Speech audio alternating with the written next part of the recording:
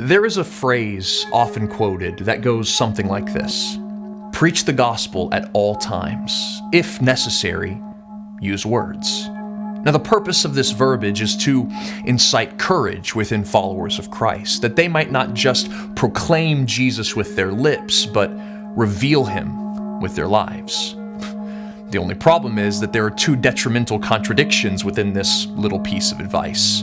One is that good news must always be shared with words, and two is that our actions preach the opposite of the gospel all the time. Because really, this quote does more to excuse our shame, laziness, and impassivity than it does to call us to boldness, action, and authenticity. Basically, what it leads us to thinking is, if I live a good life, people will believe Christianity, which takes works-based salvation to its furthest extremity. Because now, you're not just trying to save yourself by good deeds, but all humanity. However, both are an impossibility. You see, your goodness can't save yourself, and it can't save anyone else. What everyone else needs is what you needed too, and that is the proclamation of the good news.